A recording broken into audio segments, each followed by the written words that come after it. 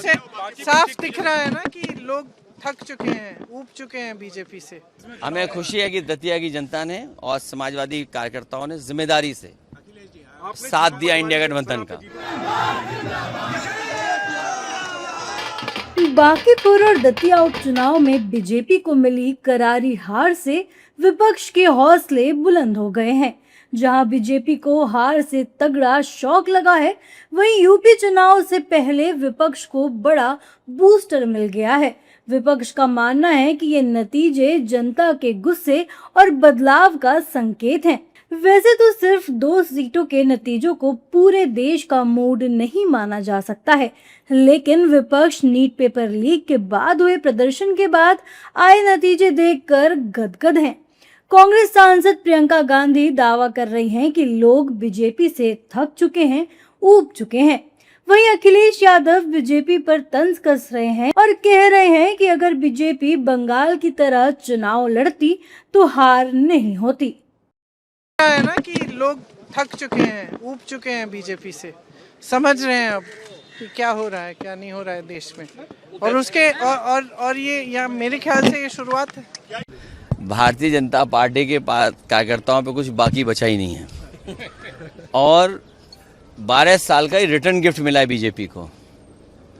BJP अगर कुंदरकी की तरह चुनाव लड़ती या बंगाल की तरह चुनाव लड़ती, बीजेपी फोर्स को लगा देती और जैसे चुनाव लड़ते हैं बीजेपी के लोग, तो बीजेपी की हार नहीं होती।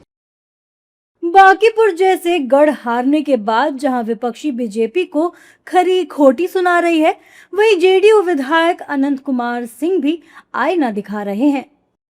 करेक्ट, जनता मालिक है, जिसको दिया जीता। जनता दुख में है कि मुख्यमंत्री बनाते घेरा बीच में हटा देता है ककड़ा। ऐसा तो नहीं है कि नीतीश कुमार के नहीं सकता, उहे हुआ नीतीश जी के मुख्यमंत्री रहते तो ऐसा नहीं होता। जनता के टोटल के होले मुख्यमंत्री हम बनाए नीतीश जी के, अब बीच में हटा के बनाता है दोसर के। जनता दुखी है।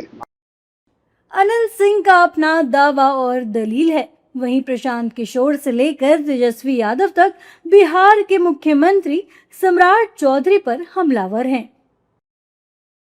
सम्राट चौधरी व्यक्ति से नाराजगी नहीं है, बिहारी होने के नाते इस बात को लेकर नाराजगी है कि बिहार का नेतृत्व, बिहार का मुख्यमंत्री कोई ऐसा व्यक्ति कर रहा है जो 7वीं फेल है और अपने डिग्री के बारे में गलत सर्टिफिकेट लगाया है, अपने उम्र के बारे में गलत बात कर रहा है और सबसे बढ़कर 7 लोगों की हत्या में जेल में रहा है। इसलिए ऐसे व्यक्ति को बिहार का मुख्यमंत्री नहीं होना चाहिए, ये बात कह रहे हैं। कोई व्यक्तिगत लड़ाई नहीं है। इस तरीके से इनकी सरकार लॉ एंड ऑर्डर के मामले में अगर कहा जाए तो फेल हो चुकी है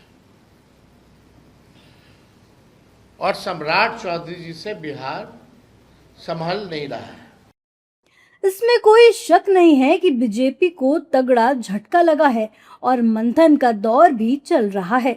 वहीं बीजेपी नेताओं का कहना है कि इस चुनाव में सबसे ज्यादा फायदे में ईवीएम रही है।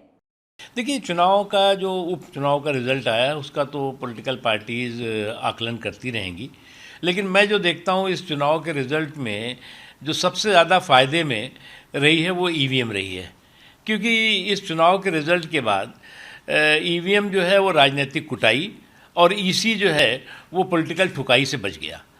अब अगर ईवीएम जो है वो राजनीतिक कुटाई और ईसी जो है इलेक्शन कमीशन जो है वो पॉलिटिकल ठुकाई से बच जाए तो निश्चित तौर से फ़ायदे में तो वही रहा। जहाँ तक सवाल है, जनतंत्र का यही जुनून और जज्बा होता है, जनतंत्र का यही जायका होता है कि जब जनता थोक में झोली भरती है वो कभी कभी फुटकर में। वैसे सच है कि जब विपक्ष जीतता है तो ईवीएम को कोई दोष नहीं देता, लेकिन ये भी सच है कि कोई अपना मजबूत किला ऐसे ही नहीं हारता। अब देखना होगा कि उपचुनाव में मिली हार के बाद बीजेपी में क्या बदलाव होते हैं और आने वाले चुनाव में बीजेपी इन नतीजों से कितना सबक लेती है। आपके राज्य की खबरें, आपके शहर की खबरें सबसे पहले जानने के लिए देखते रहें अमर उजाला। चैनल को सब्सक्राइब जरूर कर लें और पाएं हर अपडेट।